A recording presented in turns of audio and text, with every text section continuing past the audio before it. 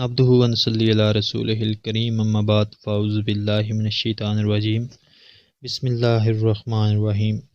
امید کرتا ہوں کہ ناظرین آپ سب خیریت سے ہوں گے۔ آج ہم آپ کے لیے اسرائیل یعنی یروشلم کی مختصر سی تاریخ لے کر آئے ہیں۔ میں ہوں ساحل چودھری اور آپ دیکھ رہے ہیں ہمارا YouTube channel V and World. برطانوی جنرل ایڈمنڈ ایلن بی کو یروشلم کے مقدس کا اس قدر خیال تھا کہ جب وہ عثمانی فوجوں کو شکست دے کر یروشلم پر قبضے کی غرض سے باب الخلیل کے راستے شہر میں داخل ہوا تو اس نے گھوڑے یا گاڑی پر سوار ہونے کے بجائے پیدل چلنے کو ترجیح دی۔ یہ واقعہ آج سے قریباً 105 سال قبل یعنی 11 دسمبر 1917 کو پیش آیا تھا۔ برطانوی وزیر اعظم ڈیوڈ لارڈ جارج نے اس موقع پر لکھا کہ دنیا کے مشہور ترین شہر پر قبضے کے بعد مسیحی دنیا نے مقدس مقامات کو دوبارہ حاصل کر لیا ہے۔ تمام مغربی دنیا کے اخباروں نے اس فتح کا جشن منایا۔ امریکی اخبار نیو یارک ہیرلڈ نے سرخی جمائی، برطانیہ نے 673 برس کے اقتدار کے بعد یروشلم کو آزاد کروا لیا ہے۔ مسیحی دنیا میں زبردست خوشی کی لہر دوڑ گئی ہے۔ امریکی صدر ڈونلڈ ٹرمپ نے اس واقعہ کے ٹھیک 100 سال بعد اعلان کر دیا کہ یروشلم اسرائیل کا دارالحکومت ہے۔ حالانکہ دنیا بھر کے ملکوں نے انہیں خبردار کیا کہ اس اعلان سے خطے میں تشدد کی نئی لہر پھوٹ سکتی ہے۔ یروشلم بہت بار بہت سی فوجوں کے ہاتھوں فتح ہوا اور بہت سی فوجیں وہاں پر فاتح کے طور پر اور بہت سی فوجیں وہاں سے شکست خوردہ ہونے کے لیے۔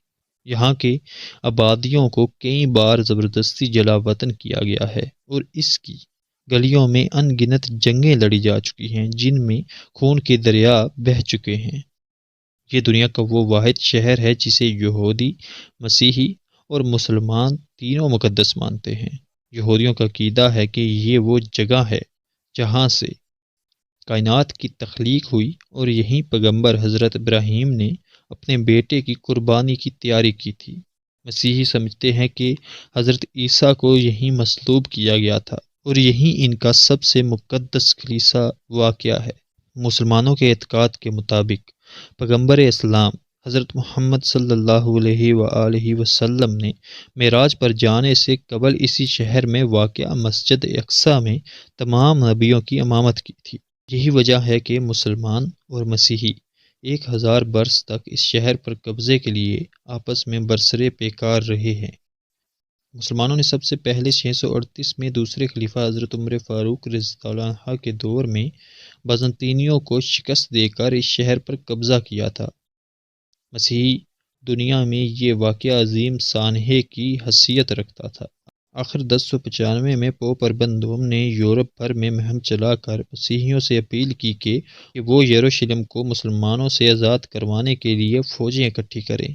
نتیجتاً 1099 میں عوام، امراء اور بادشاہوں کی مشترکہ فوج یروشلم کو آزاد کروانے میں کامیاب ہو گئی۔ یہ پہلی صلیبی جنگ تھی، تاہم اکثر فوجی جلد ہی واپس اپنے اپنے وطن کو لوٹ گئے اور بالآخر سلطان صلاح الدین ایوبی رحمہ نے 90 برس بعد شہر کو آزاد کروانے میں کامیابی حاصل کر لی۔ ایک بار پھر یورپ میں بے چینی پھیل گئی اور یکے بعد دیگر 4 مزید صلیبی جنگیں لڑی گئی، مگر اللہ کے حکم سے ایوبی فوج نے ہر بار صلیبی فوج کو منہ توڑ جواب دیا اور ان کی اینٹ سے اینٹ بجائی گئی۔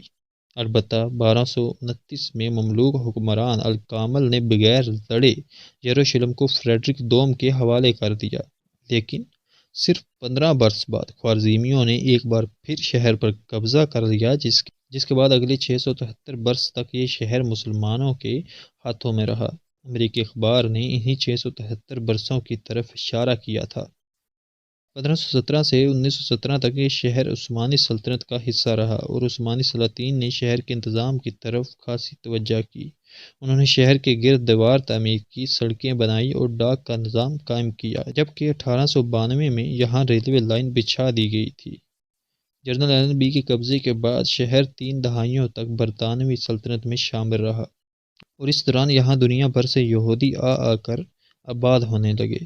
آخر 1947 میں اقوام متحدہ نے اس شہر کو 2 حصوں میں تقسیم کرنے کی منظوری دے دی، جس کے تحت نہ صرف فلسطین کو 2 حصوں میں تقسیم کر دیا گیا بلکہ یروشلم کے بھی 2 حصے کر دیے گئے، جن میں سے مشرقی حصہ فلسطینیوں جبکہ مغربی حصہ یہودیوں کے حوالے کر دیا گیا۔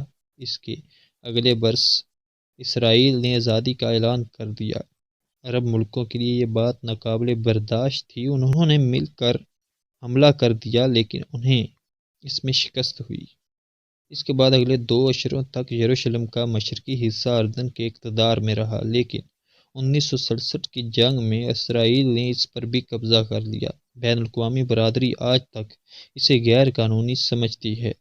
اسرائیلی پارلیمان نے 1950 ہی سے یروشلم کو اپنا دارالحکومت قرار دے رکھا ہے، لیکن دوسرے ملکوں نے اقوام متحدہ کی قرارداد کے احترام میں یروشلم کے بجائے تل ابیب میں اپنے سفارت خانے قائم کر رکھے ہیں۔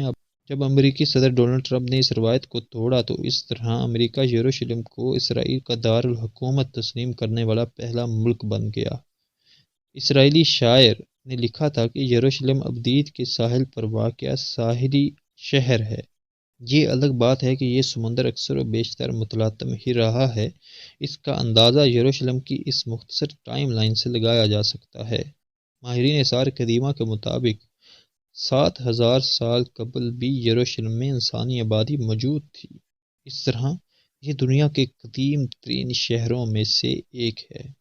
1000 قبل مسیح پیغمبر حضرت داؤد نے شہر فتح کر کے اسے اپنی سلطنت کا دارالحکومت بنا لیا۔ 960 قبل مسیح حضرت داؤد کے بیٹے پیغمبر حضرت سلیمان نے یروشلم میں 960 قبل مسیح حضرت داؤد کے بیٹے پیغمبر حضرت سلیمان نے ہیکل سلیمانی یروشلم میں تعمیر کروایا۔ 589 قبل مسیح بخت نصر نے شہر کو تاراج کر کے یہودیوں کو ملک بدر کر دیا۔ 539 قبل مسیح حکمران سائرس اعظم نے یروشلم پر قبضہ کر کے یہودیوں کو واپس آنے کی اجازت دی۔ 30 عیسوی میں رومی سپاہیوں نے یسوع مسیح کو مصلوب کیا۔ 638 میں مسلمانوں نے شہر پر قبضہ کر لیا۔ 691 میں اموی حکمران عبد الملک نے قبۃ الصغریٰ یعنی ڈوم آف دا راک تعمیر کروایا۔ 1099 میں مسیحی صلیبیوں نے شہر پر قبضہ کر لیا اور 1187 میں صلاح الدین ایوبی رحمہ نے صلیبیوں کو شکست دے کر شہر سے نکال دیا۔ 1229 میں فریڈرک دوم نے بغیر لڑے یروشلم حاصل کر دیا۔ 1244 میں دوبارہ مسلمانوں نے شہر کو فتح کیا۔ 1517 میں سلطان سلیم اول نے یروشلم کو عثمانی سلطنت میں شامل کر لیا۔ 1917 میں انگریزی جنرل ایلن بی عثمانیوں کو شکست دے کر شہر میں داخل ہو گیا۔ 1947 میں اقوام متحدہ نے شہر کو فلسطینی اور یہودی حصوں میں تقسیم کر دیا۔ 1948 میں اسرائیل کا اعلان آزادی، شہر اسرائیل اور اردن میں تقسیم ہو گیا، اور 1967 میں عرب جنگ کے نتیجے میں دونوں حصوں پر اسرائیل کا قبضہ ہو گیا۔ اس مختصر سی تاریخ سے اندازہ لگایا جا سکتا ہے کہ یروشلم پچھلی کئی صدیوں سے مستقل طور پر جنگی حالات میں ہے۔ امید کرتا ہوں کہ ہماری آج کی یہ ویڈیو آپ کو پسند آئی ہوگی، اور اگر ویڈیو پسند آئی ہو تو لائک کیجیے گا، شیئر کیجیے گا اور کمنٹ سیکشن میں اپنی رائے کا اظہار ضرور کیجیے گا۔ اگر چینل پر نئے ہوں تو چینل کو سبسکرائب کیجیے گا اور بیل آئیکن کے بٹن کو دبا دیجیے گا تاکہ ہماری ہر نئی آنے والی ویڈیو کا نوٹیفیکیشن آپ کو بآسانی مل سکے۔ اگلی ویڈیو تک کے لیے ہمیں اجازت دیجیے۔ اللہ نگہبان۔